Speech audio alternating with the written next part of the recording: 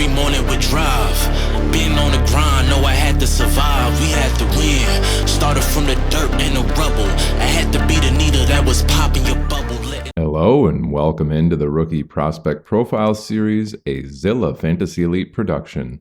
Today we're going to be looking at wide receiver Jermaine Burton and the rookie wide receiver machine learning models. Is Jermaine Burton poised for fantasy greatness or destined to disappoint in our fantasy evaluation? Our machine learning models hold the answers. Stay tuned for the verdict. Jermaine Burton was drafted number 80 overall by the Cincinnati Bengals, and they come into the league out of the University of Alabama. Jermaine Burton comes in at a height of 6 foot even, 196 pounds, had a 38.5-inch vertical and a 133-inch broad jump, so he's super explosive. Actually, if you want to think about it, he's just shy of Malik Neighbors in his explosiveness. Malik Neighbors with a 42-inch vertical and 129-inch broad jump, very, very comparable to Malik Neighbors and his twitchiness, so kind of keep that in mind with Jermaine Burton here. A late breakout there at 22.2, but ran a 4.45 in the 40-yard dash. So kind of an interesting prospect here. And as we'll see, this is one of the widest range of outcomes of any wide receiver in this class. And I believe it is the largest range of outcomes for any receiver, where he's one of the worst in terms of minimum and maybe some of those 10th percentile outcomes. But then he's also got some of the highest ceilings in this particular class. So let's dive into those first year numbers and see what we have for Jermaine Burton. And here we see not too skewed off here, low end at rank 16, high end maximum of 12. This one's pretty condensed in terms of his profile. As we see in some of these future years, gets a little bit different. That mean and median hovering just above 5, 15th and 16th in the class. Maximum output of 12.20 PPR fantasy points per game is the 12th best in the class, which is fine. Jermaine Burton was the 13th drafted wide receiver in the NFL. So let's get into some of those year one profiles. Who's looking like they're hovering around 5.0 fantasy points per game? Well, let's just get a little bit below that. Starting at 4.7, we have DeAnthony Thomas and Darius Johnson and Albert Wilson, all at 4.7. Kelvin Harmon, Jalen Strong, and Chris Conley, all at 4.8. Donovan Peoples-Jones at 4.87. Equinemius St. Brown, 4.9. Same with Deontay Burnett. And then at 5, Zay Jones and Vincent Smith. Tyquan Thornton, 5.1. Olamide Zaccheaus, 5.1. J.J. Nelson, 5.1. And Quintez Cephas, the former Detroit receiver, 5.15. Paul Richardson, Marquise Goodwin, and Marcel Aitman, all at 5.2. Lynn Bowden, 5.36. And then a bunch of people at 5.4, which are Stedman Bailey, Paris Campbell, Corey Washington, Corey Brown, and Adam Humphries. Josh Palmer at 5.46. So that's roughly the range of median outcome we can expect for Jermaine Burton in year one. Kind of makes sense when they have T. Higgins and Jamar Chase there. I wouldn't expect a very good year one from him. But in the event there's injuries, maybe he hits that maximum of 12.20. What does that look like? A little bit below that, Christian Watson's rookie season, 11.72. Cooper Kupp, 11.8. Darius Slayton, 12.1. T. Higgins, his teammate now, 12.16. Tyreek Hill and Sammy Watkins both at 12.4. Deebo Samuel, 12.5. Elijah Moore, 12.56. Jordan Matthews, 12.6. Garrett Wilson, 12.69. So pretty interesting set of people there. If he does hit a ceiling, which I wouldn't necessarily expect in year one, all the rage of Jermaine Burton is that he is very explosive. It's kind of a head case, which is why he fell in the NFL draft. It sounds like he has round one talent and maybe would have been up in the Brian Thomas range in terms of draft capital had he not punched a lady in the face. And that's why he fell in the NFL draft, despite being a very, very talented football player. All right, now getting up into year two, we start to see some of this data spread a little bit. Just looking at the graphs down there, you can kind of see that main peak hovering around the 6 to 8 fantasy points per game range. But then he's got another peak there coming in right around 11 to 12 and a half fantasy points. So really expecting them to start separating out. Hey, most likely outcome, we're kind of hovering around that 25th percentile, 7 to 8 fantasy points. But we also think he's going to have quite a few opportunities, depending on how things shake out, to start producing in the double digits there. So this is where we start getting some interesting profile here from Jermaine Burton in year 2. Minimum there at 14. Mean and median 8.66 and 8.31 are ranked 8th and 9th best in the class. Again, he was the 13th or 12th wide receiver off the board in this particular draft, so we already see he's kind of exceeding that in terms of his average outcome. And then his maximum output at 17.06 is the 6th best ceiling in year 2. 90th percentile is a 5th ranked one, so we really see his high end coming to fruition here. Kind of interesting that, hey, Jermaine Burton, round 1 talent is what you hear from all of the analysts. Machine learning model has no clue what this guy's film is like, or that he punched people in the face, wherever the case may be. But it's saying, hey, I recognize this particular profile, even though he was drafted 80th overall. He looks like potentially one of the best players in the class if he hits the ceiling. So very interesting that these machine learning models can figure that out, but that is his year 2 profile. Let's look at what players look like this in year 2 for his mean and median outcome there in between 8 and 9 fantasy points per game. We have Laviska Shenault just below 8 at 7.94. And we have 4 people actually achieve exactly 8 fantasy points per game in their rookie season. Josh Dotson, Justin Hunter, Devontae Adams, interesting name there, and Anthony Miller. A little bit above that, Mecole Hardman, 8.01, Marcus Wheaton, 8.2, Hunter Renfrow, 8.23, Josh Reynolds, Tyler Lockett, both at 8.3, Auden Tate and Jerry Jeudy, both at 8.5, Adam Humphries again, 8.7, Darius Slayton, 8.81, Wan'Dale Robinson, 8.88, James Washington, 8.9, the former Pittsburgh receiver, Travis Fulgham, Rashad Bateman, both at 8.92, Marquez Callaway, 8.93, and then Alan Lazard, a big jump up to 9.3. So that's all the people in the range of his medium range of outcome.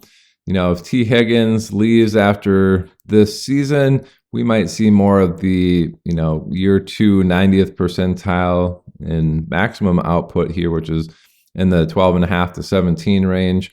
Looking at that 17.06 maximum output, what would that be like? Well, that'd be a top 10 all-time, actually a top 7 all-time. DK Metcalf was the 7th best overall in year 2 at 16.96, at least out of the last 11 draft classes. Cooper Kupp, 16.9, Sammy Watkins, 16.8, Amon-Ra St. Brown, 16.73, Jarvis Landry, 16.7, Michael Thomas, 16.2, Tyreek Hill, 16. So getting into some really good year 2 company there. Obviously, that's one of the highest ones up there, so we're going to see some pretty good names. Just above that, A.J. Brown, 17.68. Juju Smith-Schuster was the 5th best ever in year 2 at 18.4. Allen Robinson, rest in peace, 19 there. Fantasy deadness at the moment, but super good in year 2. And then Justin Jefferson, 2nd year, 19.44 is the 3rd best overall. So you're getting up into that range where, hey, this is could be a top 10 year 2 player ever if he reaches a ceiling.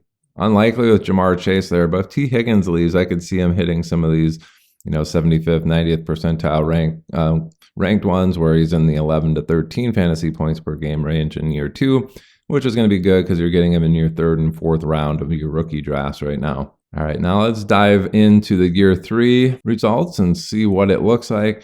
And here we can really see it's starting to get spread out here in terms of what Jermaine Burton's outcomes may be in the NFL, especially in year 3.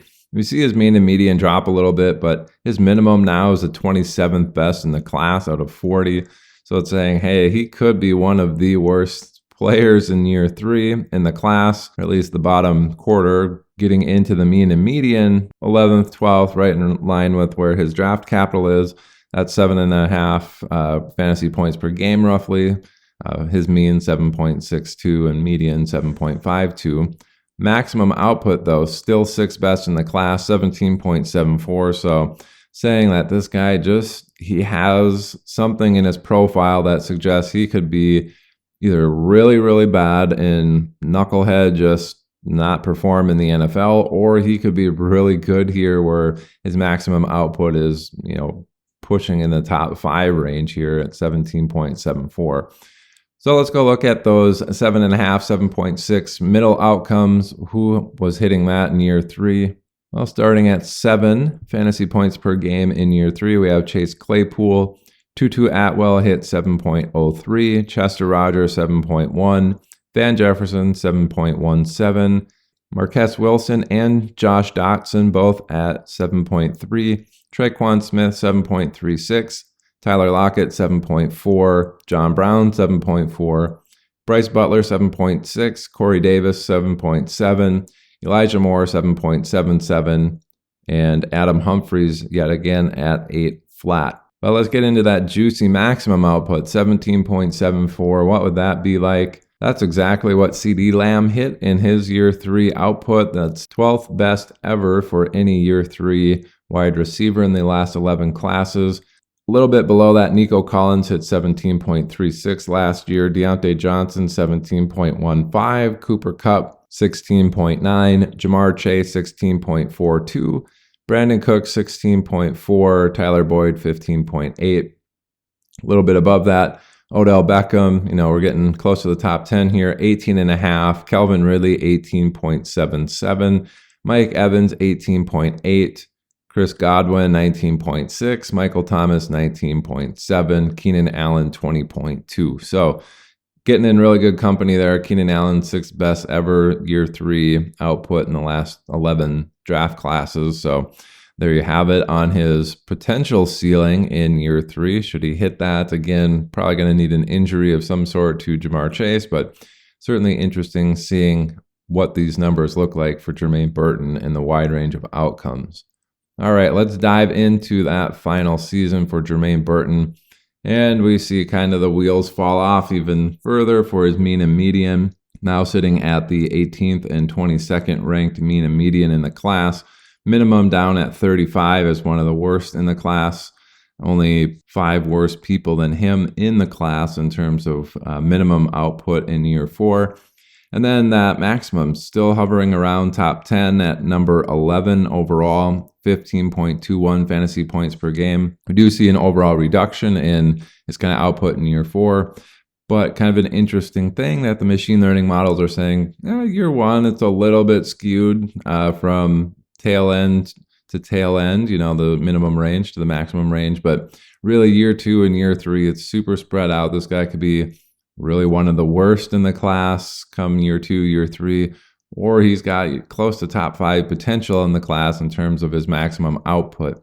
With the landing spot in the Bengals, T. Higgins likely heading out next year, we could see Jermaine Burton start hitting some of those 75th, 90th percentile outcomes if T. Higgins leaves without any other target competition there outside of Eric All and some of these tight ends, which really don't float my boat necessarily.